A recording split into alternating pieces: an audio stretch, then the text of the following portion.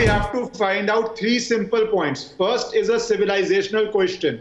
If it is proved that a religious bigot, a barbarian, to teach Hindus a lesson when he was in power, destroyed the holiest of Hindu temples, what is to be done for justice? What is to be done for Astha? Kashi is the most ancient city, living city in the world. If a barbarian in power destroyed the most holy temple or did that in Krishna Janambhoomi, what do we in independent India, after we are out of the era of that barbarian, do for justice? That we have to ask as a civilization to ourselves. Secondly, legally, it is very clear that the places of worship Act A doesn't apply to this. B, I hope Sanju Verma's personal view becomes the party view, because what the parliament can enact, the parliament can repeal. And C, as a citizen, the act denies my Article 32, my right to approach a court. Ajmal Kasab, a Pakistani, gets a trial in India, but this act stops a Hindu from filing a court case. It is not whether he has the documents to win the case or not. This act will stop him from filing a court case. That is unconstitutional. Nothing can take away my right to approach a court. And lastly, when we talk about justice, when we talk about justice, there are today they approached the court with a petition saying that they want to break the wall which is surrounding the fountain. How can you use that? Even though Ram Mandir is being built. So whether people agree with we have judgments because the Supreme Court said, what did the Supreme Court say that? What is the places of worship in 1991 then?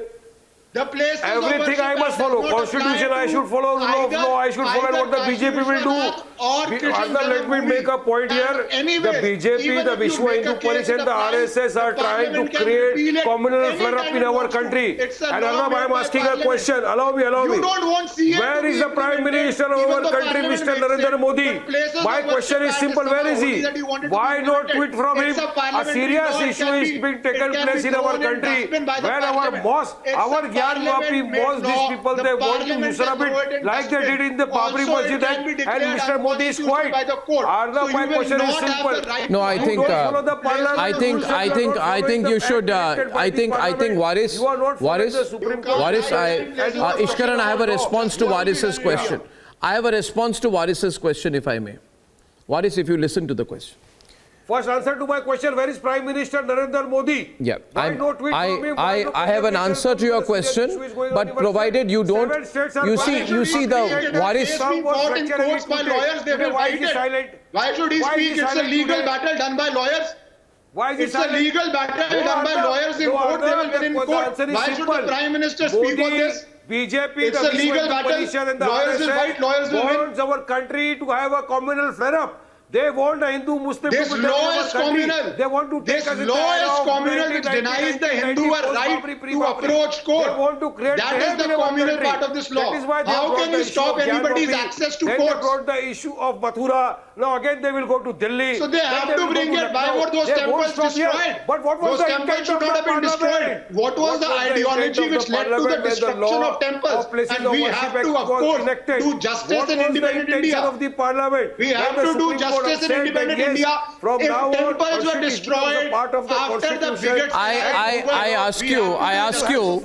ask you 1 minute. Waris, thank you. Waris, thank you. When you ask a question, why do you want to answer it? My response to you, and please be quiet.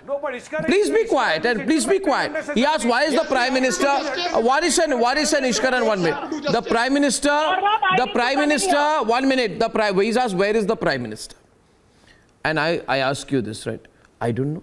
The Prime Minister must be as usual working in the Prime Minister's office. You know, for 15 hours a day, as he does, he works much harder than you do. I'm sure the Prime Minister has had a very productive day, unlike you. And I'm sure the Prime Minister is attending to his political and administrative duties, unlike you, who is only instigating people. And as far as why do you ask where is the Prime Minister? Why should the Prime Minister get into this? Let the courts decide. Let the Supreme Court is looking at the matter. Why should the Prime Minister get into it? I mean, this is the most ridiculous question coming from a person who says he's a lawyer. Why should the Prime Minister get into what is a legal issue? Ridiculous. And so that you can continue to fear